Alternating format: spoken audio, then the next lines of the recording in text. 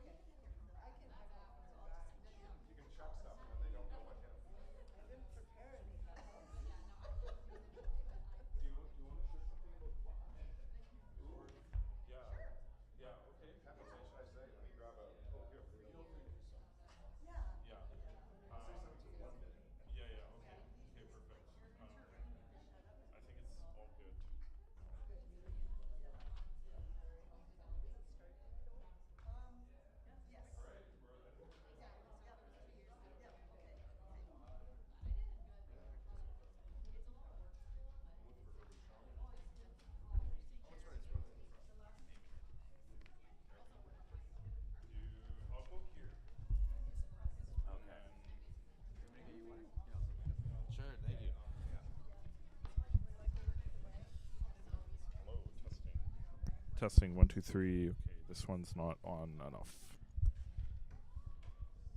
Testing. Can you hear me? Is it working? Hello? Hello? Testing?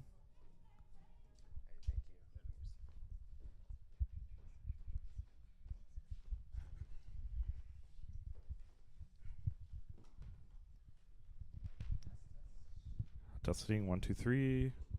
Testing 1 2 3. Testing 1 2 3. Hello. How's it? Is it audible for everybody over there? Okay. Okay, that's good. Do you want to do some testing on your seat? Testing, testing. Sounds good. Do I sound good? Okay. Do I look good? Hello? How's this? It's all good over there? Perfect. Thank you. We're on live stream right now too, so there's a host of other people watching, so I might be addressing some of them sometimes too.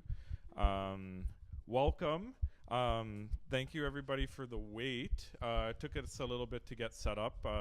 We have Junctions opening. I guess this is technically an opening, but it's the official reception is going to be on First Fridays on the 4th.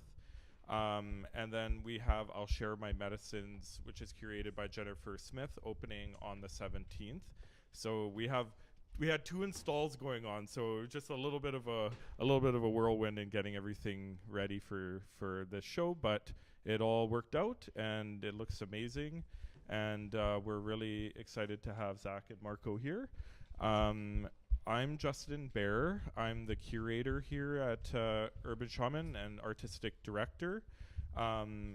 You're sitting right now on Treaty 1 territory and stolen land. And I don't know if you know a lot about Urban Shaman. I'm sure there's many of you who've been here many times, and I see a lot of familiar faces. But if you don't know about Urban Shaman, we've been around since 1996. And we serve emerging and established Indigenous artists, and we help connect them with the arts community in Winnipeg and provide opportunities for exhibitions and residencies and doing exchanges.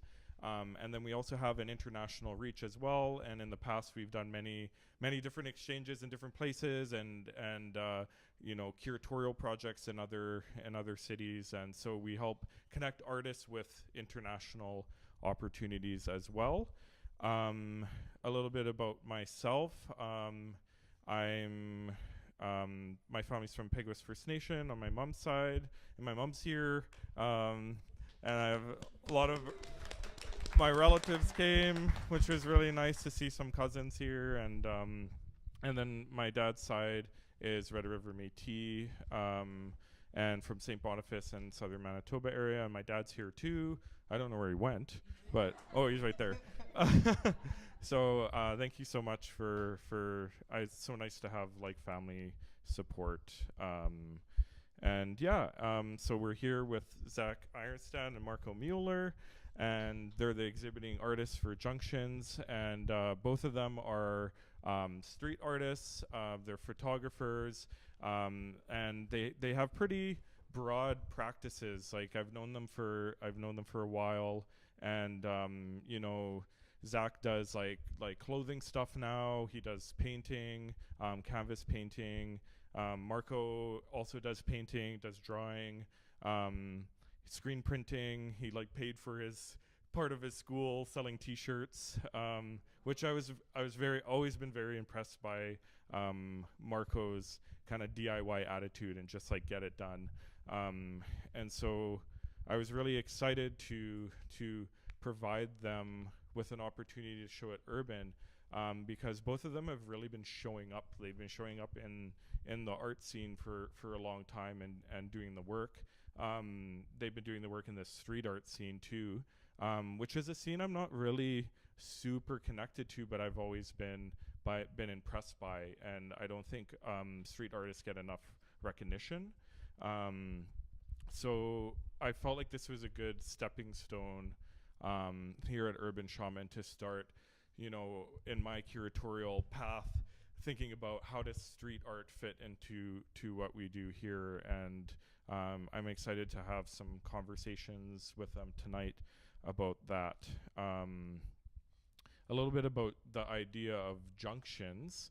It has two series of work in it, which is Zac's like bus shack installations, and then Marco's carts series. So I'm sure you had time to check out the exhibition while you were waiting.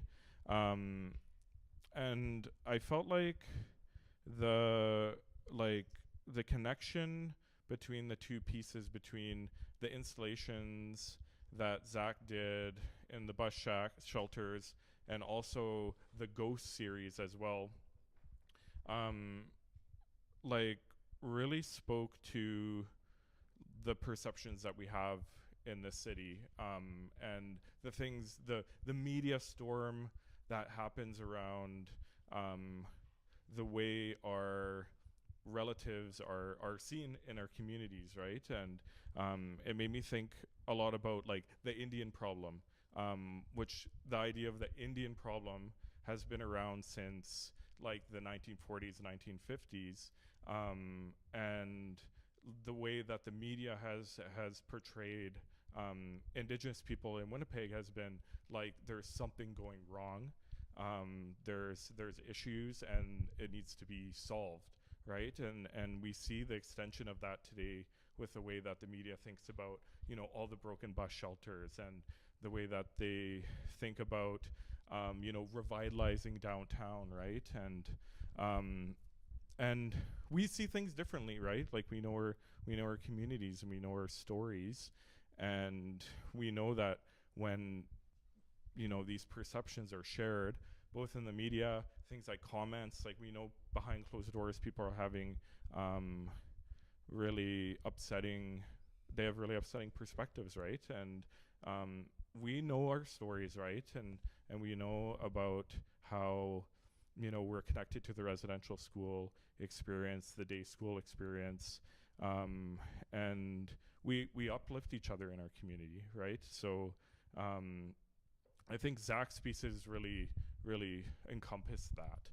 And then I was thinking about Marco's work with the cart series, and I really liked his application here with carts, and how he talks about the aesthetic appreciation of the carts themselves, and I really resonated with that because I really like the way that the city looks, and I like the abandoned carts, right? We understand why they're there, right? And we can see the beauty in it.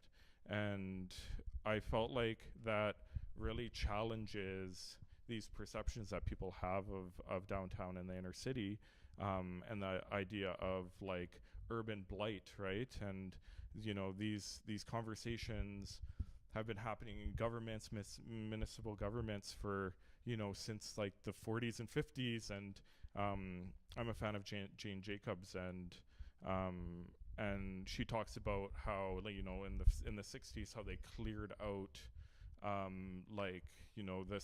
the communities in New York City, right? And it's really the lifeblood of our communities, right? That from a higher level, like people who are disconnected from it see like this is a mess. There's a mess, but we understand differently, right? It's not a mess. It's something actually to be celebrated.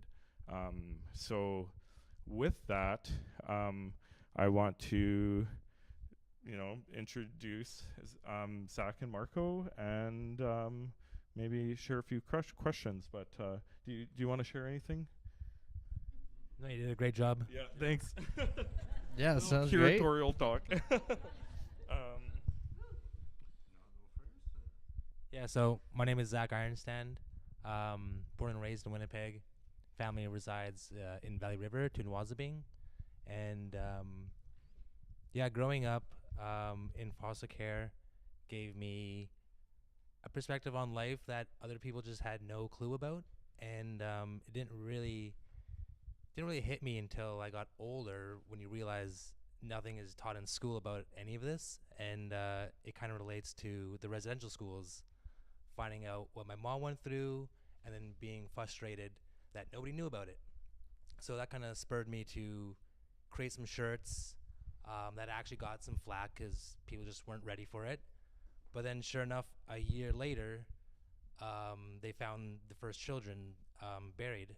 And so the whole world kind of woke up, and it was a huge moment. I didn't think my mom was going to see this day, so showing her the news and just scrolling and seeing all the support really like gave me a lot of energy and kind of hope, I guess. And so that's kind of been like the fuel for the bus shack stuff, is just bringing it in front of people's eyes, because schools aren't going to do it, and just to start the conversations. That's awesome. Yeah, that sounds really, really powerful. Thank you. I guess quick introduction. Tansei Buju. My name is Marco Mueller. I'm from Pugatawagan First Nation, which is a remote community in northern Manitoba, Treaty 6 territory. I was born here in Winnipeg at the Women's Hospital on Notre Dame. So that's Treaty 1 territory, but I also have family ties to Cowsas First Nation, Treaty 4. I'm currently now based in Chichage and Montreal. Yeah, I'm really excited to be here today and to be able to talk. You know, this project that I've been working on, it was a passion project from that just that spirit of the energy of the artwork spirit just was ignited into me with seeing this one cart, and it just turned into something that I manifested for 6 years now. And I've shown some of this work before. Graffiti Gallery was very incredible to exhibit my first solo, but that didn't work. That wasn't the vision I had. And now having it here and being patient and seeing it in the space here at Urban Shamans it's incredibly like special to my heart. And during this transition of moving to Montreal and everything that's happened in the last year, it's like a really nice, warm, like really something I'm gonna cherish for the rest of my life, and really, really excited about that. That's awesome. Yeah, so that's introductions, I guess.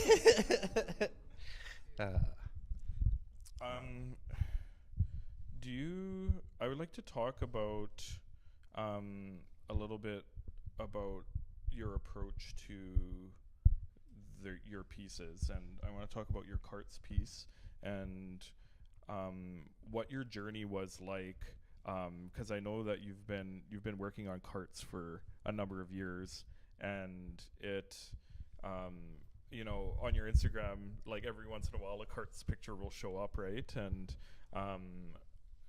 I'd like to know, like, how did it start and where has it gone? Like, what have you been getting out of this practice? Yeah, so the carts, there was one cart, and I titled it Splash in the series that we have here. And it was thrown over a bridge, a walking bridge behind my old house near, it was Oman's Creek near Ray and Jerry's.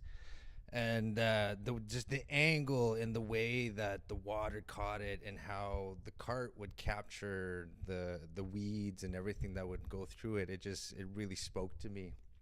And having the overhead view of it and this very unconventional angle to find it, it really transformed this image to being so powerful, and that just got me going. And at the time I was living with a partner at the time, studying, so really going full force into my studies. And a lot of the projects I was pumping out were, I like to call them for clients, right? They were for class projects, and though very really beautiful artworks and some of them very powerful, I felt that disconnect that a lot of artists have when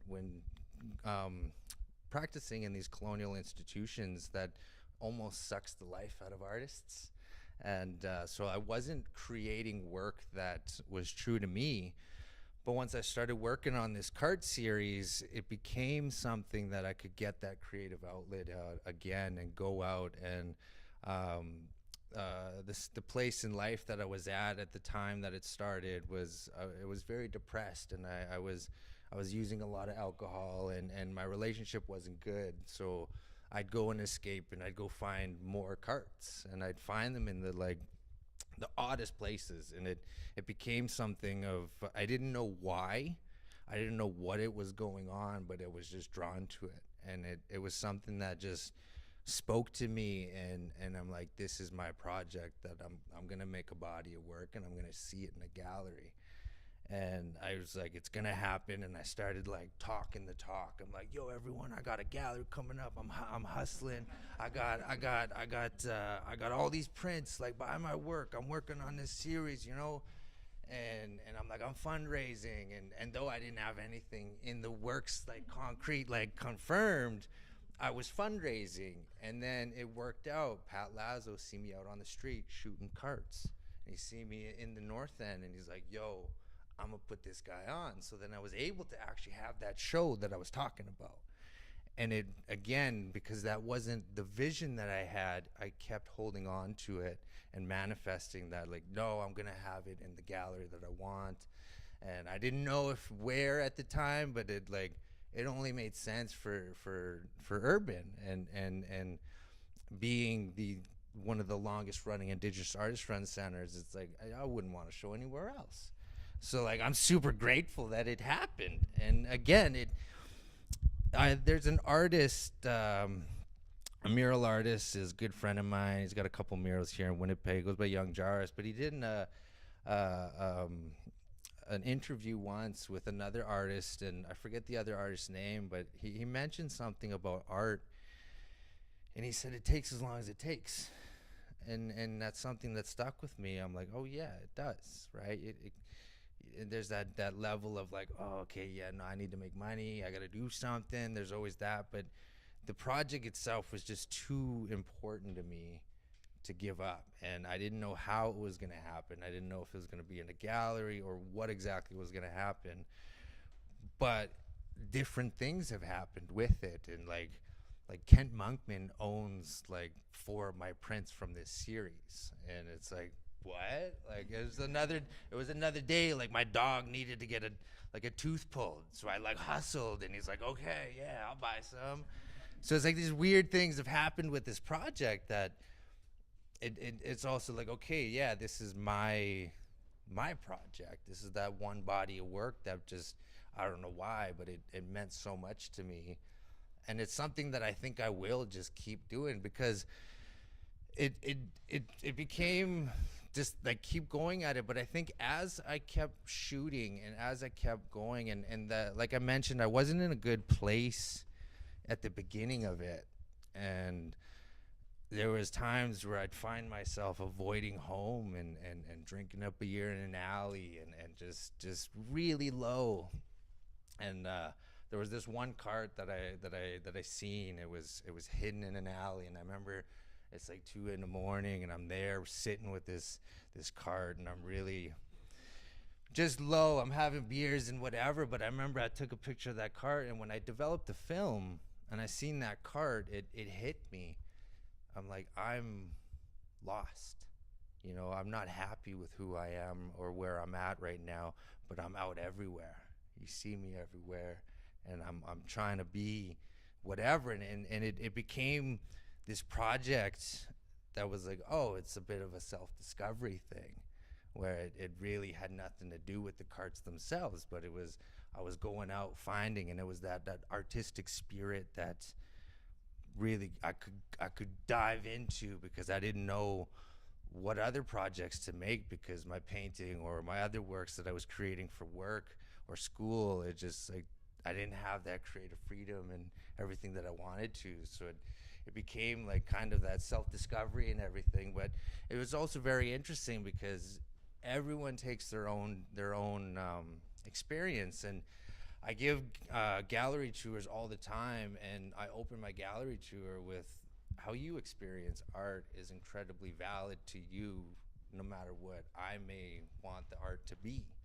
And it's funny to listen to hear how like these carts are such a a huge item that we all interact with. It's like almost everybody interacts with them some way or another, whether it's getting groceries, whether it's playing in a parking lot with your friends as a kid, or cruising down Oman's Hill in them, and like like different scenarios. Or like it's like you find it buried in these odd places that you're like, how did it get here? Who dragged this deep? And it's like all these different scenarios of like the places that I found them and seen them, to where like you see in there, they're buried in the riverbanks and creeks of Winnipeg. And then there's this like level of like pollution and whatever else, but also too, like, I know a lot of them, there's the connection to the, like, those are people's homes.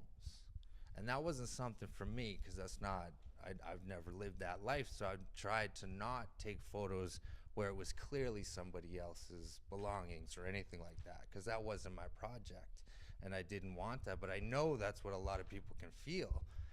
And so it's very interesting of like the different scenarios in that, and they're funny too. Like a lot of the names are just like silly. I look at it and I'm like something Brachiosaurus Rex Ranger, because there's a toy dinosaur and a Ford Ranger, or like things like that. And it's very interesting of like how anywhere I can find these, right? I've shot in them in Montreal, in Toronto, in Saskatchewan, in Winnipeg, and it's a lot of times you can tell where they are. There's a lot of like landmark statements that make them really powerful, but then they also kind of, it's like they're everywhere, right? And it's like so easy to overlook, but then finding the attention, then actually when I started getting more into like, okay, let's figure out the right ones to shoot, or not just everyone. So it's very interesting process and everything. I really like how like you felt yourself in the cart, and I think like I like your work because it's really place based, and so is Zach's, right? And I think like living in Winnipeg, there's a certain experience that we have, right? And to be able to see yourself in those carts that kind of feel a bit lost, like I think that's a very common experience actually for a lot of people. Is you know, we live in a difficult city. Actually, we live in a very difficult city, and I think the aesthetic appreciation of it, like looking at our neighborhoods and like whatever is evoked by what we see, I think like those feelings are really powerful, because it tells us a lot about ourselves and what we're going through inside, right? And I think that's why it's so beautiful to see your work, because it's you know, I talk about in my, like in the statement, I'm going to write an essay on this too. And I think like I've been reading Homi K, Bhabha, who's very difficult to read. Like I probably wouldn't recommend it. Just like watch a YouTube video or like listen to a podcast. But like I've been into third space theory for a long time, like since like just being out of high school. And a former teacher and me like wrote an essay that was published in the Manitoba Education Resource Network journal, and that was my first exposure to third space theory. And I feel like Winnipeg is a really amazing place because of the tensions that we have here, right? Like there's significant tensions, but there's so many opportunities for like these catalysts to have conversations and bring people together. And like I feel like the carts, like having those carts around the city is something that is creating an opportunity to connect with ourselves and to connect with each other in our community. And same with the bus shelters too, like the tension that we feel around the broken glass, it's not the broken glass isn't a problem, and so those tensions that we feel actually create an opportunity to like talk about, like, Zac's work, like, is, talking about the residential school experience. It's talking about murdered and missing Indigenous women. It's talking about, like, the children's bodies that were found, right? And these objects in our city that are these sites of contestation, like, it provides an opportunity for us as Indigenous people to tell our stories, right? And to confront those perceptions, right? The fact that, like, there's negative perceptions, coming from people in the suburbs, and that it actually provides an opportunity, like, because, when people are feeling uncomfortable, right, they want to do something, they want to say something, they want to feel something. And often, if they're, I believe that we're in a segregated city, right? Like, we've been separated by the train tracks, we're separated by suburb neighborhoods, and so people have opinions, but we're segregated, so they don't understand. And so, like, having these tensions and these sites where these dialogues can happen, it can actually start to break down some of that segregation if people are willing to be uncomfortable. And I think that's, part of living in the city, right? It's a difficult place, and we do feel uncomfortable. So that's kind of my ideas around the third space, that we're, these pieces are bringing attention to these stories that are embedded in these objects, and kind of enunciating our stories from the Indigenous side, right? And with that, I wanted to ask you, Zac, like, a little bit about the bus shacks, and like how, like, what was that like, actually doing the installations, and how did it feel? And, like, you mentioned that, like, the transit cops or whatever, like, threw everything out, and what was that experience like for you, and what kind of brought that? I know you shared about your mom, but could you expand? So I guess it all started with writing graffiti, and then that kind of progressed into kind of feeling like it was a little bit just for myself, and I wanted to give back or use my gift to help change some worlds. And then that's kind of when the installation ideas kind of came to me.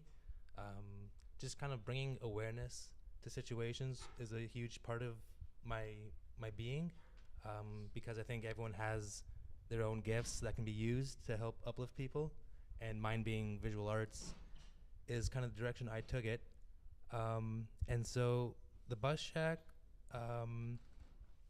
it was something that was a very touchy subject. It's definitely become more mainstream now, and it was something that it needed to be talked about, and I wanted to do it in a way that wasn't too dark, used a little bit of humor to just kind of contrast how hard it is. And so that's where I got the idea with the party streamers, them being orange to obviously represent the history, but at the same time, how kind of light and airy they are, and to be placed in a smashed glass window pane kind of brought the whole package together. And I really felt like it was something that I could do quickly, but also bring attention to something that a lot of people would just drive past and not think about the actual story behind it, because this story started hundreds of years ago, right? And we're here still struggling, and it's evolving, and people need a place to live, but we don't think about these people as kids. We just see them for what they are right now, and we don't think about how do they get in this situation. And so that's kind of where I'm kind of headed to with also the ghosts and things like that. Just trying to get the backstory to get people thinking. Yeah, can you talk a little bit about the ghosts and what they mean and Yeah, the certain elements of it, like the skeleton feet and the headband and for sure. yeah. So I think the first one I did was maybe around, I guess when the case kind of blew up, I guess. I wanted a nice, again, using something that's has some sort of juxtaposition with the caricatures, but also the realness of it being a bed sheet to wrap a body in. The orange skeleton represents the residential school survivors and the ones that didn't survive, and to kind of just prop it up in places that were semi-busy.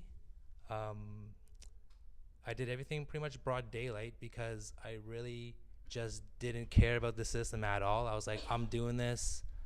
People aren't even gonna notice me doing it because they're busy with their life. They're driving to work or home, and yeah, I think it had a good response because it just caught your eye with the white sheet and the simplicity of it. You could kind of digest it quickly, and it's sad because none of these pieces really last for more than a week, so that's kind of why I started taking pictures of everything.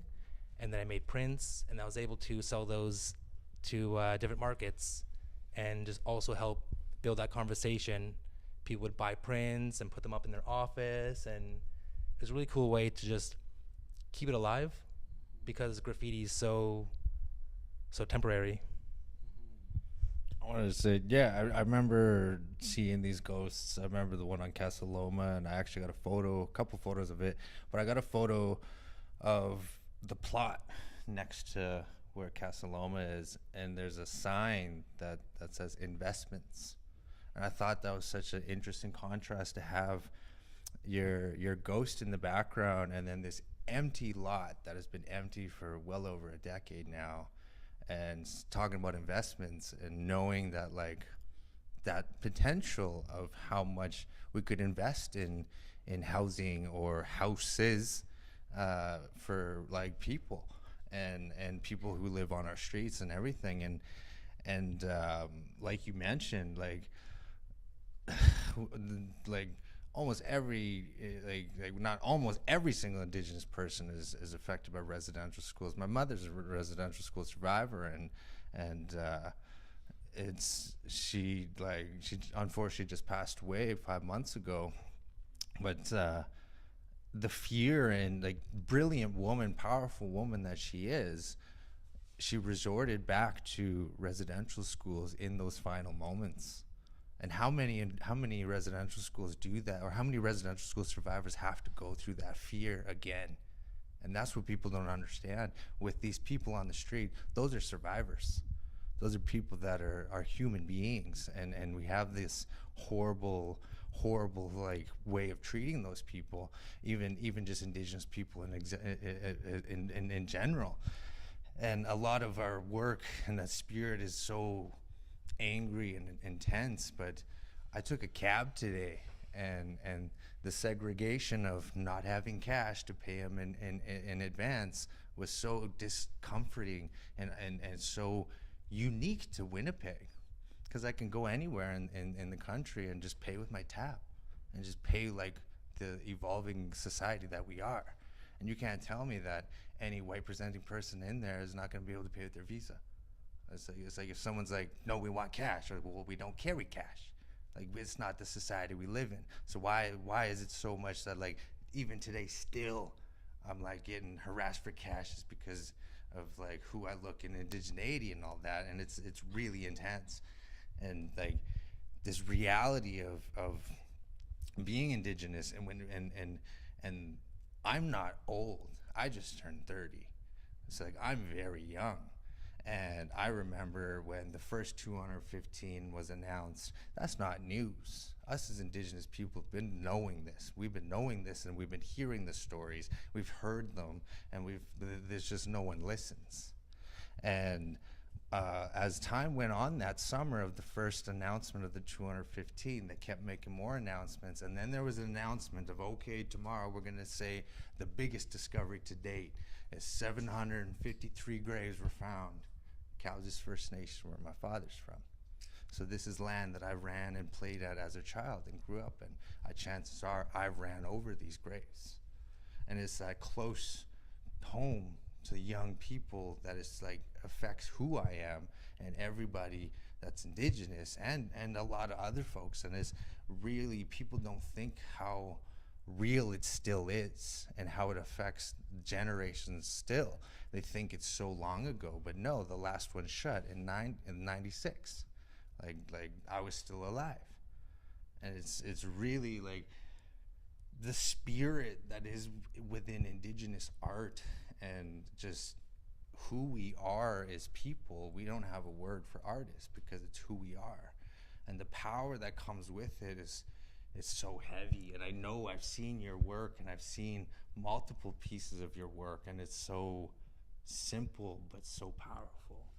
And it just has that, the attention, the simplicity to bring it, but then once you look and you really, man, like take it in, it's so incredibly like, wow, like Appreciate that. like yeah. Nailed it.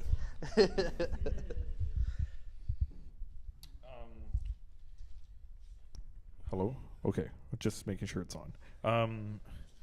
Yeah, it's intense, and Zac, I really liked what you talked about with like the party streamers and stuff too, and like the idea of like kind of like transforming these stories too, because we're in this process as a community from trying to fight this, right, and trying to heal, and it's this intergenerational thing, and like every Indigenous person has a connection to residential school, whether it's their parent or grandmother, or great aunts and uncles, and we feel that experience. We feel it and we know when it's coming up, like this is related to residential schools.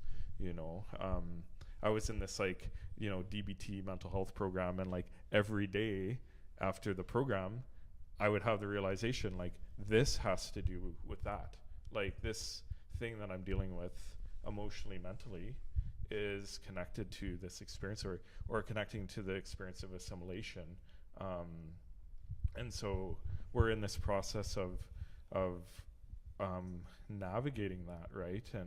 And the way that we do it is through things like laughter and things like and in ceremony.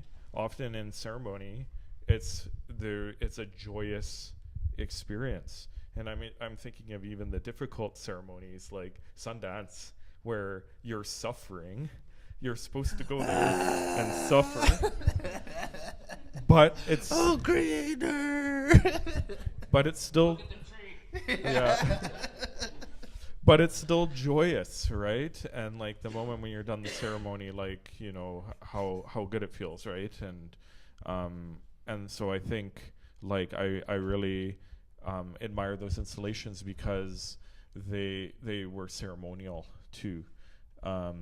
And the Osborne Bus Shack, I really resonated with that one. Like I grew up Catholic. I went to a Catholic school, and I have like learnings from that experience that I'm dealing with, and trying to parse through, because I think some of those beliefs have been really harmful, and it made me really reflect on like that residential school experience. It's like, I went to a pretty good school, like the teachers were good or whatever, but I still came out with some of these beliefs that were like, I struggle with every day.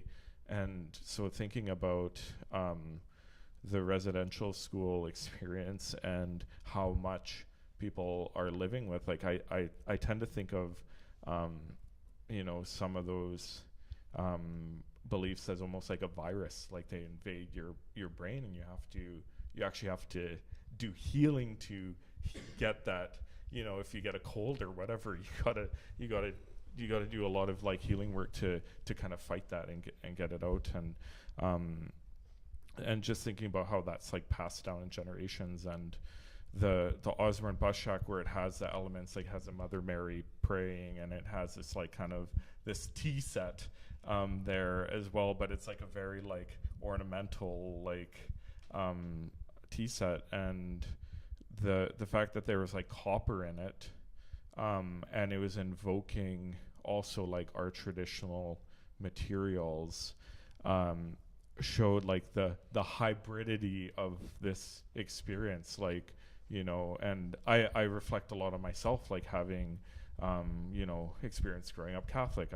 I'm Métis, I'm also First Nations, right? And I'm also Scottish and whatever, and I live downtown, and when all these things are interacting with each other, things start to merge.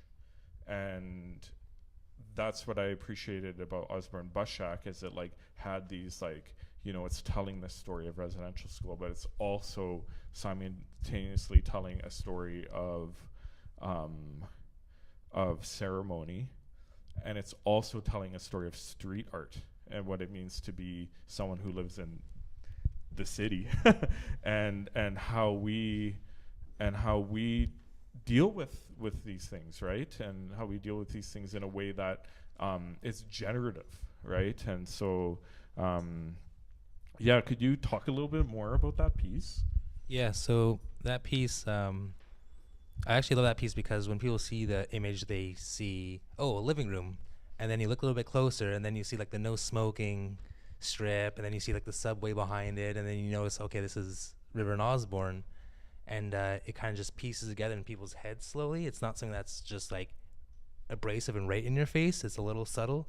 And yeah, funny story, we were in that bus shack for maybe an hour or so decorating, and the only person that walked in was actually someone off the streets. And so I look at him, I'm like, hey, like, I'm doing this little project here, and I think you could help us out. And he knew exactly, he understood the assignment, So I was like, I didn't have to explain anything. We had a chair. He was sitting and just on his phone, just being him, which was perfect because we didn't need anything else. And we got the shots.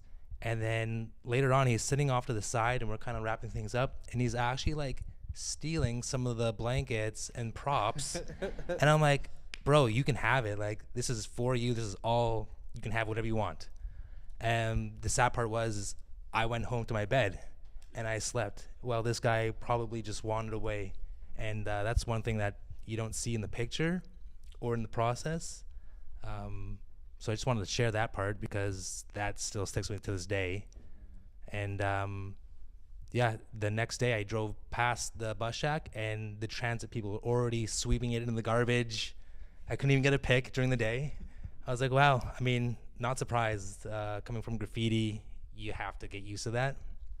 But I'm so happy that I actually got a friend to take pictures of it and document that.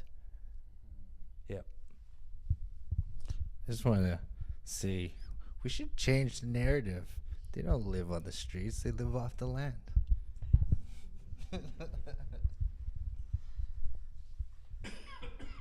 Yeah, I think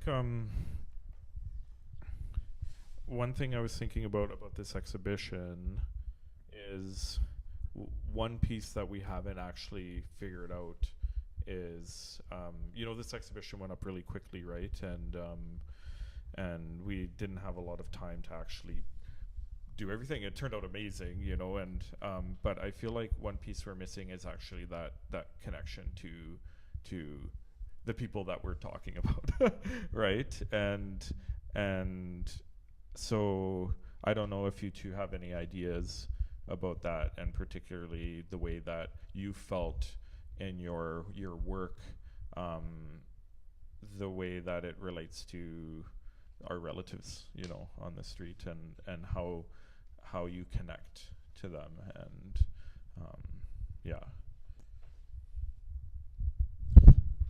Definitely. I mean, I'm very much like, again, privileged. I never had to live any on the street or anything like that, but I definitely have a lot of family members, and I see a lot of my family members in these people, and they are family, right? We're all related in some way or another, and my mother really raised me to love everyone, and I've always tried my best to help people. And I don't want to like, there's that a touchy line with these types of subjects, and I guess the only thing that we can do from this privilege is to kind of bring more awareness to that. And if I can give anybody advice, give them money. Straight up, give Indigenous people money, man. Like, even the people on the street, fuck whatever beliefs you may have, give them money. Give them whatever the fuck they ask for. Like, that's all that you can do to try to help someone. You'll make their day great.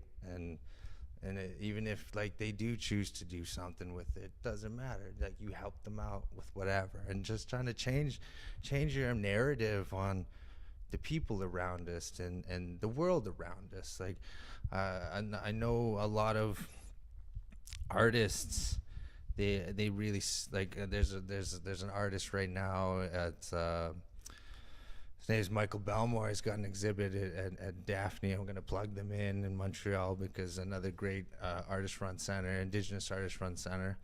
But the artist, he mentioned of how just taking time to think about the people around us or the world around us, and even if that's the natural world, and how do we have these effects and these conversations or interactions and that, and it really, like, just try to be present and show love to everything, and whatever that may be.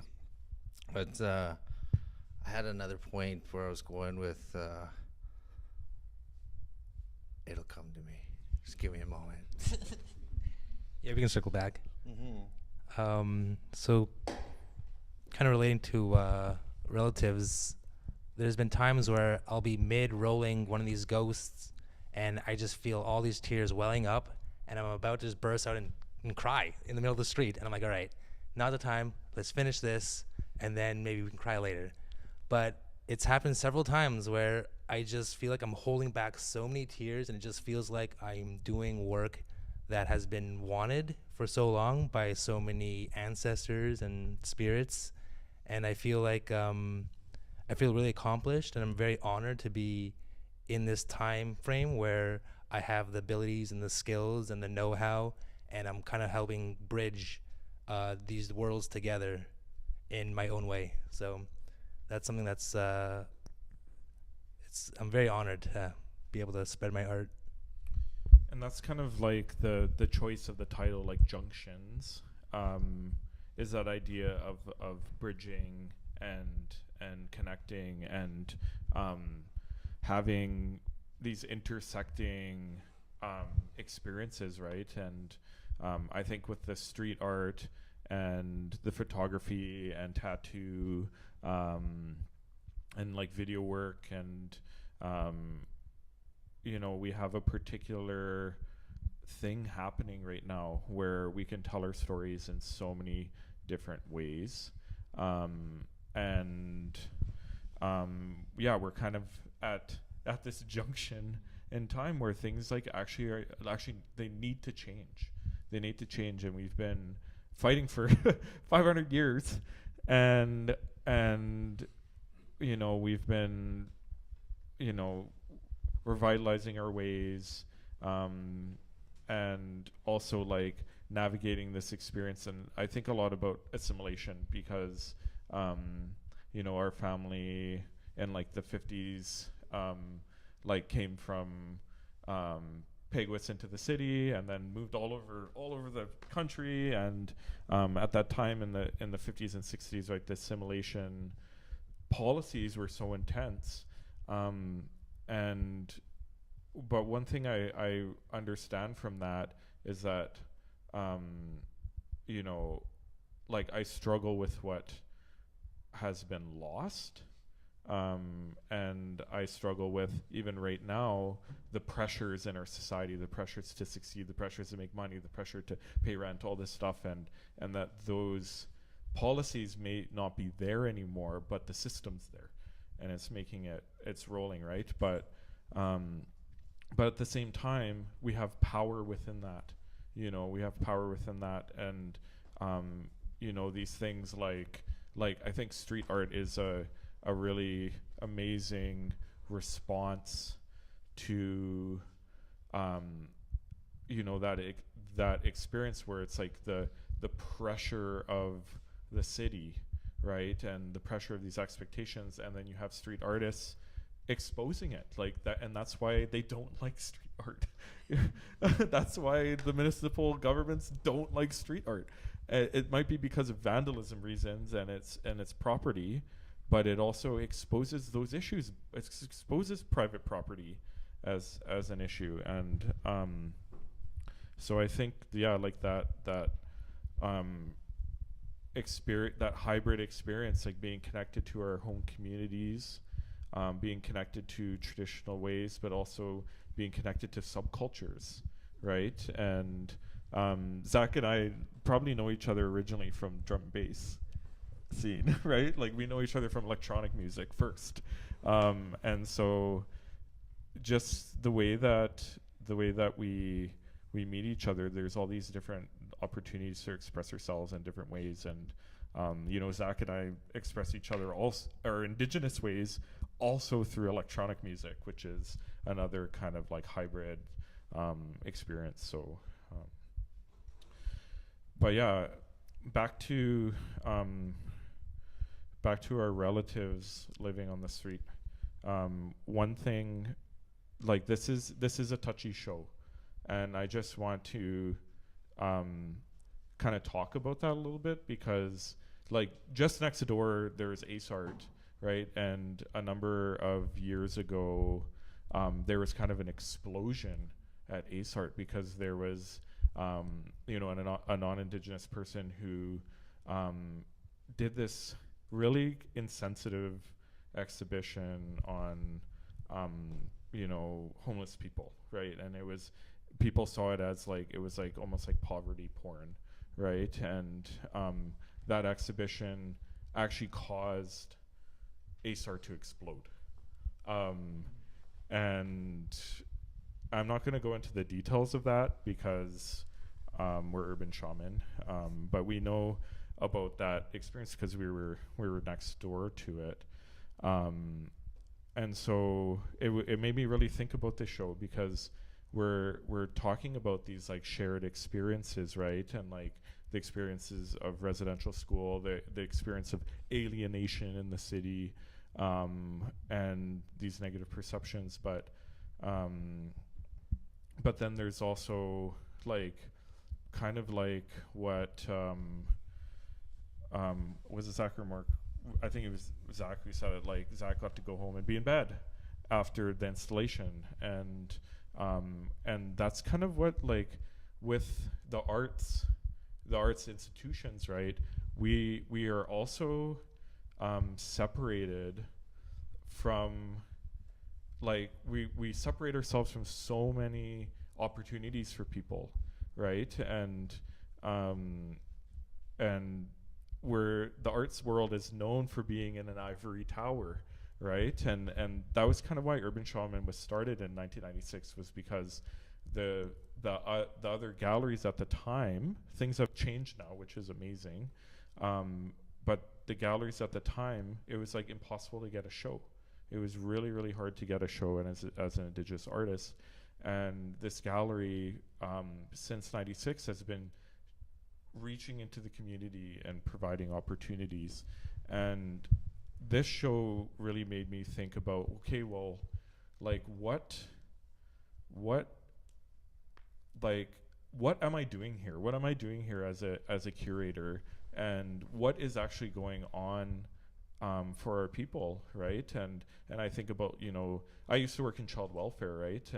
And so I think about, the kids in communities. I think about the kids in the system, and how much opportunities they actually have, and how much institutions are doing the work to reach them.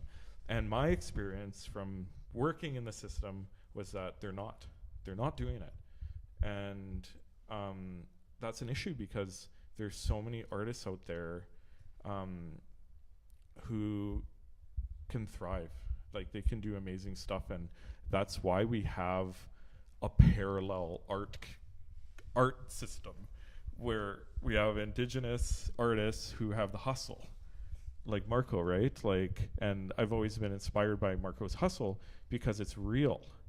And that's the way so many people make it as artists, and they can make it in really big ways. Like, I've met so many, like Marcus Houston, for example, and like obviously like everyone knows Jackie Traverse, and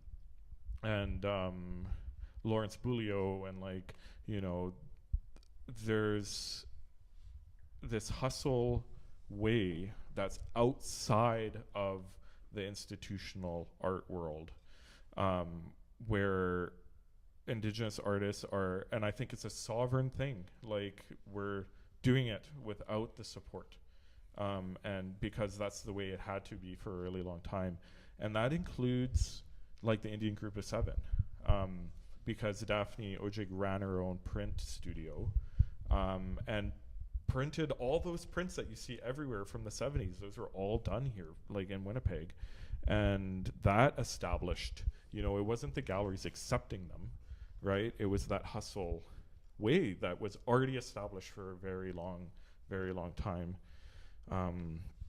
Well, so like they created the space. It didn't exist, right? So they created that space that, like I had mentioned, we as artists and Indigenous people, there's no word for it in a lot of Indigenous languages because it's who we are.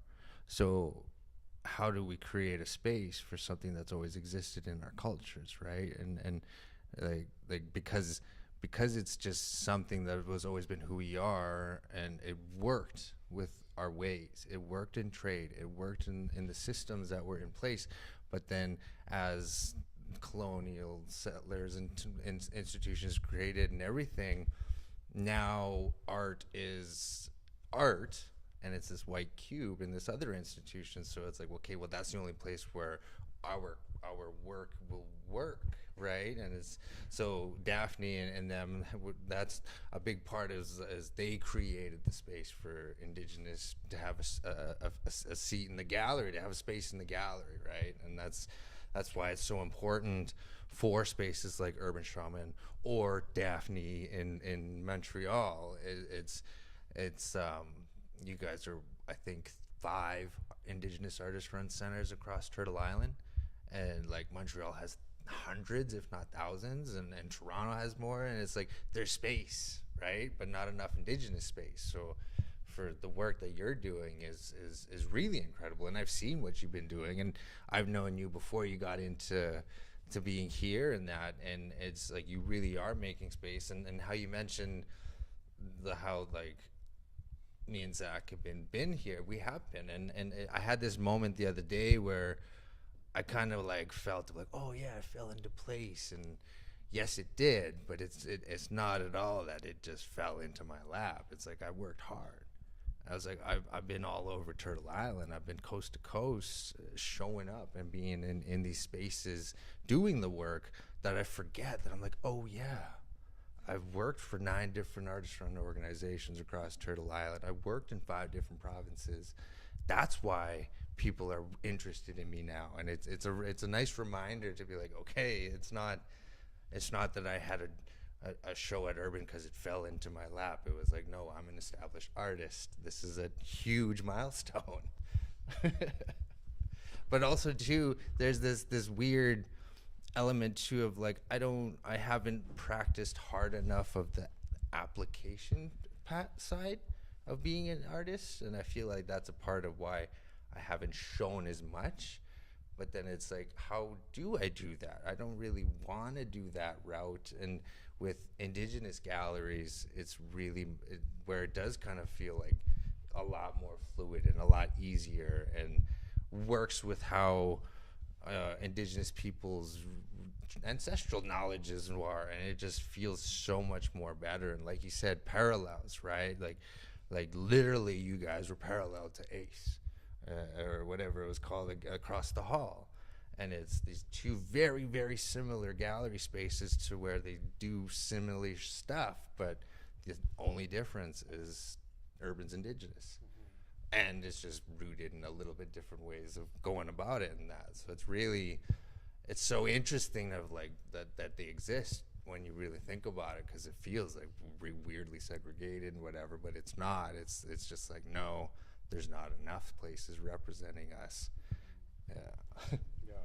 Yeah. And to talk about ACE too, like I remember when that happened, and there was a lot of learning that happened during that process, and I'm always impressed by ACE's shows. Like they've been amazing actually, and where they've gone, and from there too has been amazing. And that's also where, you know, I talk about those tensions. Like I don't think tensions are bad. I really don't think tensions are bad, and conflict is not bad. It feels bad. Conflict feels bad, but it's not bad because it creates, that's how things generate. It's like muscles. Like your muscles need to tear when you work out in order for them to grow, right? So that conflict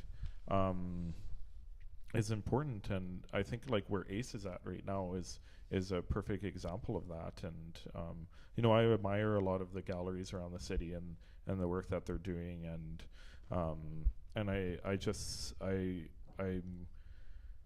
believe that we need to continue to keep working really hard, including urban, you know. And I think about like those opportunities, and like what sort of, how do we actually welcome in the community here and recognize people for their work, because it's true, like Marco and Zac have been working really hard, and Zac's been tattooing for how long? Like over a decade now, and his work is amazing, and he's also like a role model as an Indigenous tattoo artist. And so when I was working at Southeast CFS, we had this giant youth conference, and I'm never going to do a conference ever again, because there was like 300 youth there, and it was like 2 nights, and it was. I think I was at that conference. Were you at that conference? I think I screen printed there. You did screen. And Marco was there too. Everybody was there. See, you've been like doing the curating since before you even knew you was doing the curating. That experience for myself was another milestone, that it helped me learn how to ask how to get paid as an artist. So like I had that one experience where. Wait, we didn't pay you in time? No, you paid me. Okay, You paid me. But prior, like, or after that, I started getting contracts, like private contracts. And when they asked what I wanted to get paid, I was like, well, I did this other thing this one time, and they gave me $500 for the afternoon. She's like, there we go, $500. And it was like, I only spent like 2-3 hours in class. And I was like, but I got paid for a week of workshops and that. So it's really good. Like you're doing lots of work. Good too then. Yeah. Southeast. Yeah. We made sure Cecil Svensson was my boss at the time. I was his assistant, and I learned a lot from that experience. And when you got the money, you got to pay your artists really well. Like that's something that I learned. But yeah, like at that workshop, Zac was there as well, leading tattoo workshops, and I felt like when I was organizing that conference, that I needed the role models in the arts community to be there to share with those youth, because a lot of youth don't get the exposure. Like they're not getting the exposure. They're not getting exposed to Indigenous tattoo artists. They're not getting exposure to artists who are showing in galleries, to graphic designers, to videographers, and that is where an institution like Urban Shaman, we have a responsibility to do that, because that's actually part of revitalizing our community. Like we have a responsibility be out there and connecting with those young people and making sure that if they have talents, they're getting supported. And that's the way that we operate traditionally. You know, children are the center of our communities, and it's really about self-actualization. That's the root of how our societies function. Is, you know, when you're born, you have your name, right? And then you get your spirit name, and you get your colors, and you do a vision ceremony, and all of it is about finding out who you are. And then, you know, you're hunting, and you know, our traditional ways are amazing because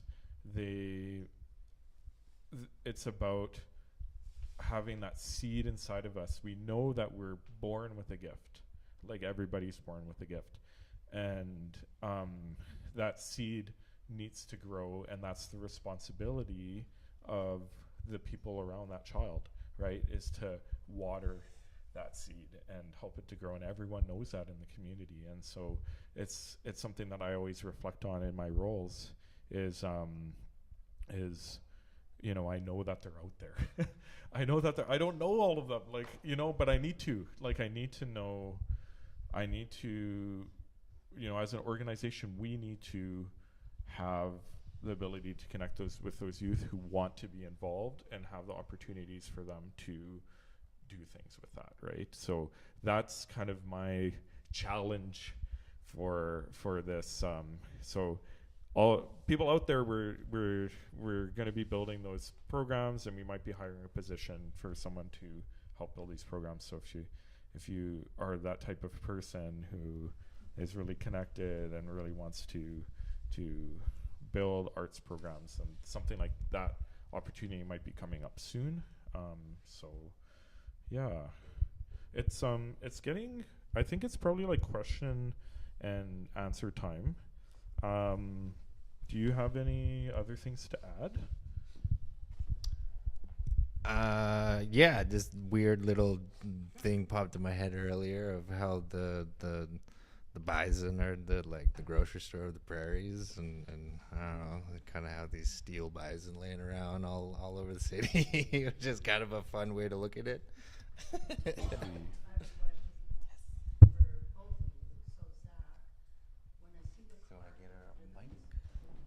Yeah, you should. Yeah. Okay. So we have people online. Hello, online people. So if you have a question, if you could come up, and I'll hand you a microphone, and then the online people can see you and hear you. We have hundreds of thousands of viewers right now. I won't swear. I'm just kidding. But you know that swearing clears the throat chakra. So when I saw the cart with the ribbons, I was thinking like ribbon skirts and ribbon shirts. Did that kind of run through your mind when you were doing that? Yeah, the ribbons definitely tie together in the same ways. The cart actually was something that we did for this show specifically, so we've never done other than here, and it was a cool idea just to combine our styles into one. But yeah, I know you hit the nail. It's definitely, Because I just see them sort of flowing, and you can see them flowing off the clothing and how powerful that is. exactly. Same with the bus shacks. When the wind hits these bus shacks just right, it really just grabs your attention. Yeah. And it can't, you just feel like spirits going through it or something like that, ghosts. right? Yeah, exactly. Ghosts. And Marco, when I see the shopping carts, I think of like chuck wagons, like busted up. Did that kind of play in your concepts?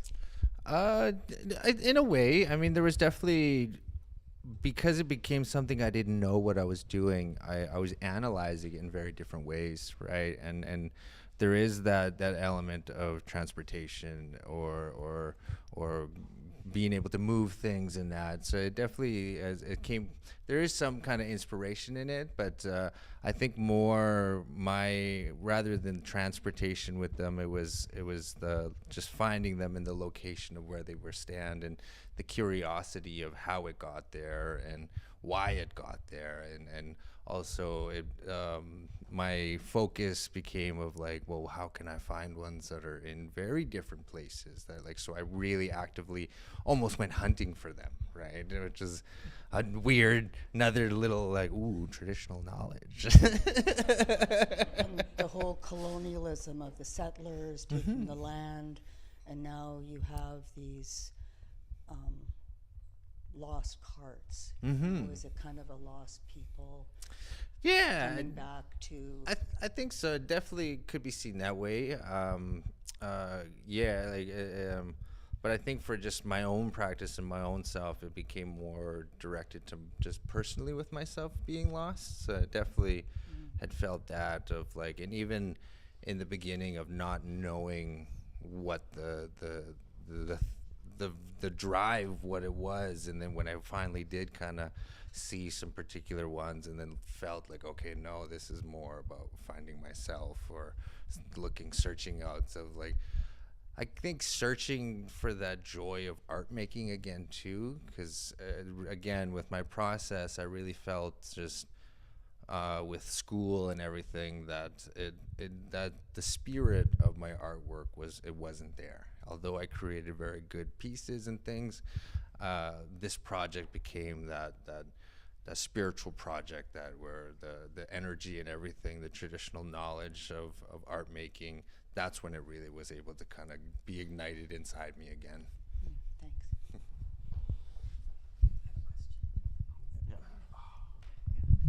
Thank you both. Thank all three of you. This has just been absolutely amazing.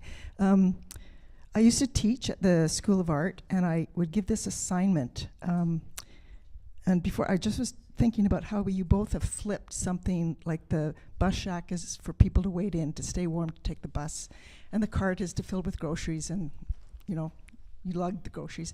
So I did this assignment was design a bed for a nightmare that I would give my first year students. And I'll never forget one, she was in her 50s. Kids would do these really cool beds with spikes and all that shit. But this one woman drew a cardboard box. And it was like, holy fuck. Like, she just blew people away. And it's that flipping of something that you think you know what this is for, but then it becomes something else. Anyway, that was just a comment. But I have a point I want to make, and this is going to create tension, but this is good. Lynchings in the States increased when black people started pushing back. I didn't realize that the white people were, getting mad. These people started pushing back. What do you think is the parallel within Indigenous culture? Well, I think like Trump is a good example of, right? Like, you had Black Lives Matter, and the reaction to Black Lives Matter was, from the alt-right was insane, and that reactivity is, something that we historically can understand, when marginalized people speak and fight back, it gives rise to authoritarianism, right? And Trump is a good example. What's happening in Europe, Brexit, like all that, like, so I think we are living in that time. But yeah, what's happening for us here? I don't know. What do you think? The parallel of like how it would be, I think, is Indigenous people getting arrested when they're just walking in the streets, when we can have truckers and like KKKs out in the streets flying flags and all this shit where they're getting police like escorts, whereas Indigenous people are like singing ceremonies and we have absolutely nothing, and there's militarized police on Standing Rock when we're with horses, right? And it's this narrative of like, oh, they're making us look like these real powerful warriors that we are, but it's really looked as if we're these bad people, where we're fighting for clean drinking water. We're fighting for to keep our sisters and our true spirit relatives from ending up in our fucking landfills. We're fighting to bring those women home from those landfills, right? And it's the pushing back aspect of how there was a fucking billboard in this city questioning why to get these women home, where a few months into actually looking, they argued too much. They argued longer about fighting it than how much time it took to bring them home, right? And it's like all the statistics, everything shows that like we are saying our stories loud and clear, but they're not listening. And we've been saying these stories for hundreds of years, right? And it's just listen. And like, but that's where that spirit in artists comes out, where, okay, well, marching in the street, they utilize that against us, and we have to do a new tactic. So artists, they're able to bring in this way of like, oh, okay, well now here it's right in my face. I'm forced to address it in a way that isn't violent, and you really get to see more of like, we're just trying to explain these injustices, and we're just trying to fight for basic human rights in our own lands that we live in poverty in, where settlers are benefiting from billions of dollars of our resources, and how every one of us benefits from clean drinking water from an indigenous land where they don't even have that access.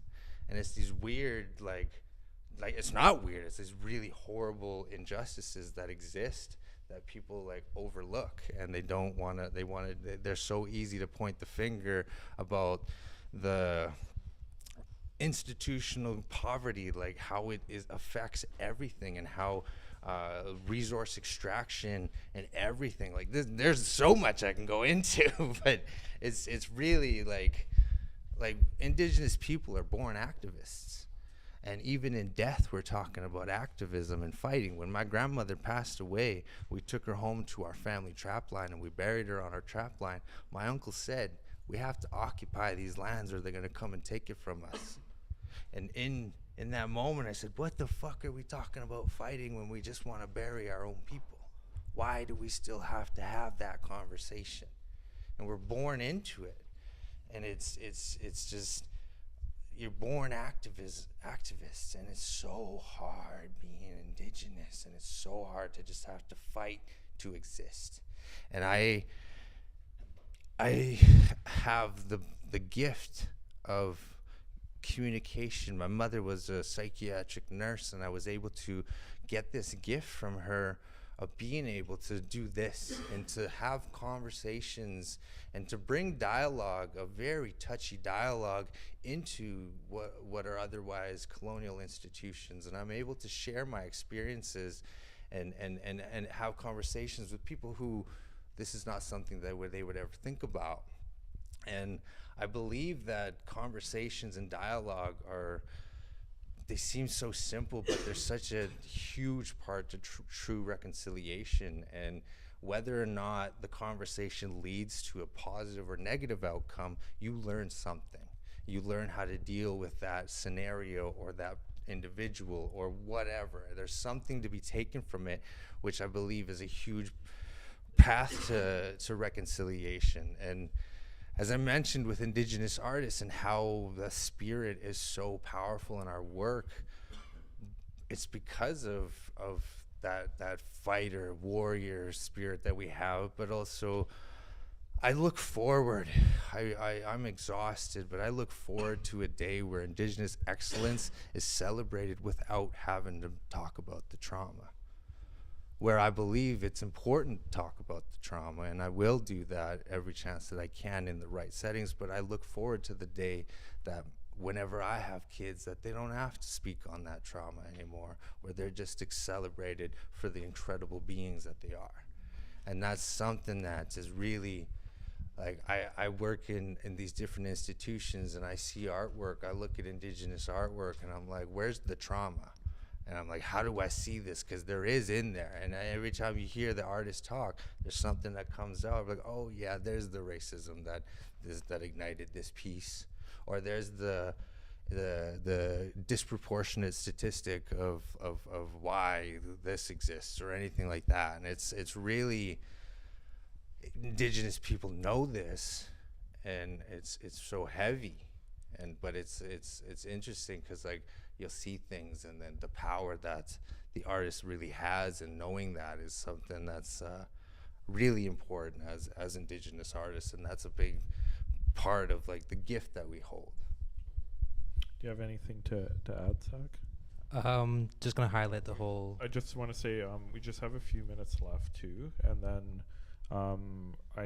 Flash needs to share too what the whole festival is happening. We have the catalog, so but I think we won't do any more questions, but but we don't have a lot of time. Well, maybe Clayton can do a question. It's all disappointed. Yeah. I'll Yeah. be quick. And then, but we'll be here a bit after to chat and stuff too. So, and if you have questions, we'll be around. So, yeah. Yeah, I just wanted to touch base. One thing that stood out was the reaction and response. I feel like Indigenous people, we don't react in a destructive way. We respond in a more cultural way that is beneficial for the planet. So instead of, taking up weapons, we tie ourselves to the tree. We go and march. We create art. That's just something I wanted to kind of add to your point there. Yeah, sorry, I kind of just... Yeah, here, come here, come sit. Exactly. Come sit. No. Bonjour. Hey, everybody online, and hey, everybody here. My name's Clayton. I'm actually Marco's brother, and I'm so proud of him. No, the comment that I had was towards Zac, specifically on the streamers. My brother Marco and I, and Marco's nephews, my sons here, Jackson and Felix, we're Sundance people, and we grew up going to Sundance, and everybody, when you're gendered as a dude, you gotta watch the sacred fire. That's kind of the first thing you do when you're a young person. You go to Sundance, you watch the sacred fire, and we're taught that sacred fire, not just at Sundance, but at so many ceremonies, is a doorway to the spirit world, to our ancestors, this place we call collectively the good hunting grounds. And so you already answered the question when earlier you made a comment about like animating the wind and spirits, and it was almost like a movement of the ghosts, the streamers, so you could see the spirits because they're invisible. That really hit me. But what I wanted to just say to you both is like, I really like your art because it seemed to have triggered like a lot of like, I think what you addressed in your narrative about ACE, and the whole discourse around speaking for those that you shouldn't speak for. We should always speak for ourselves, right? And I just want to say, for me, the streamers kind of represented like this beautiful work that artists do. That's kind of like what ceremony people do to bring that sacred fire back and to open those portholes so our ancestors can have access to our folks that need the healing. And so I really appreciated like that y'all both weren't trying to speak for like homeless people necessarily, but that especially you, Zac, that you brought in that piece, and you, Marco, talking about our mom and how in her state of transitioning to the spirit world, she, our mother just she turned back into a 7-year-old girl, and she could only speak Cree, and she thought we were kidnapped. She kept saying, "Get us out of here. We're in fucking residential school." And it sucked.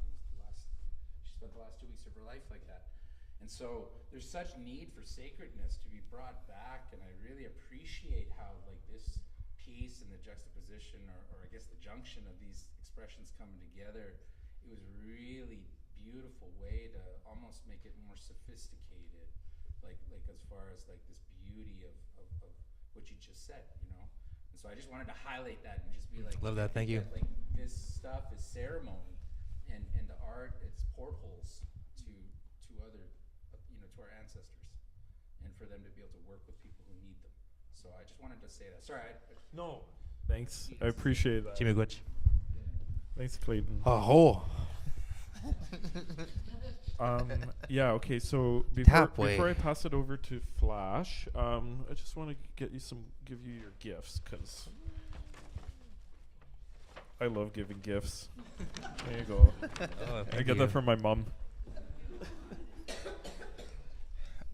Oh. Some nice things in there. I want to thank you too for all the hard work that you've done for the show, but also just in your careers as artists, and it really matters what you've contributed to the community, and you know, those workshops with Southeast, that's a perfect example of, like, we need our artists, you know, and what you're doing is an important gift, and so I was so happy to be able to present this show, and I really wanted to put a lot of effort into it, because I felt like they deserved it, and I want to continue doing that for artists in the community, because I see so many people who have been working hard for years and years and years, and they deserve to be recognized, and so I don't know, yeah, let's just give them a round of applause.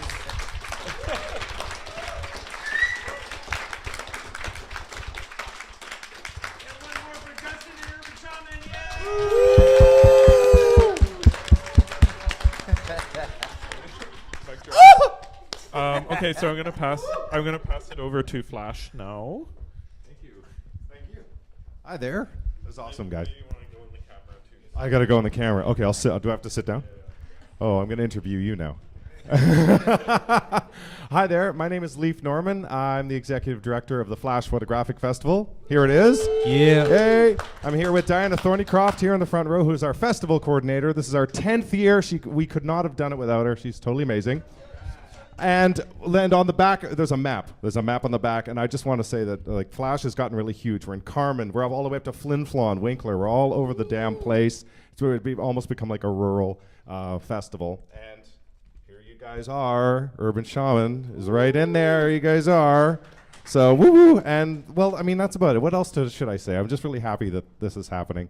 And I love street art. Like, I love street photography. I'm so happy that you guys are doing street photography, because it's tough to do it in Winnipeg. Winnipeg's tough. I knew a guy who used to do it in Brandon. That's even tougher. Like, wow. But you guys are doing, proper street art, street photography. So cool. So glad to have you guys here. And I think that's about it. And it starts today. Today's the first day of the festival. So, oh, he wants it back. That's yours. Thank you. And that's right. Well, hopefully we can all get one. There's a table back there with programs. So choose them wisely. We're running out. Thanks so much. Yeah, and I just want to thank everyone for making an effort. I keep checking this to make sure it's on. For making an effort for coming out tonight. And the reception's going to be this Friday from 5 till 9 p.m. So you're welcome to come back and have some food and chat with the artists some more. And then on April 17th, I'll Share My Medicines is opening, curated by Jennifer Smith. So we're still doing install right now. But I'd love to see you all there for that reception as well. So thank you so much. There you go, see. Thank you, everybody online. Thanks, everybody. Thank you, online Yo, folks. Thanks yo, for I waiting think you're too. deadly. We appreciate you. Just ever deadly. Hi, Taylor.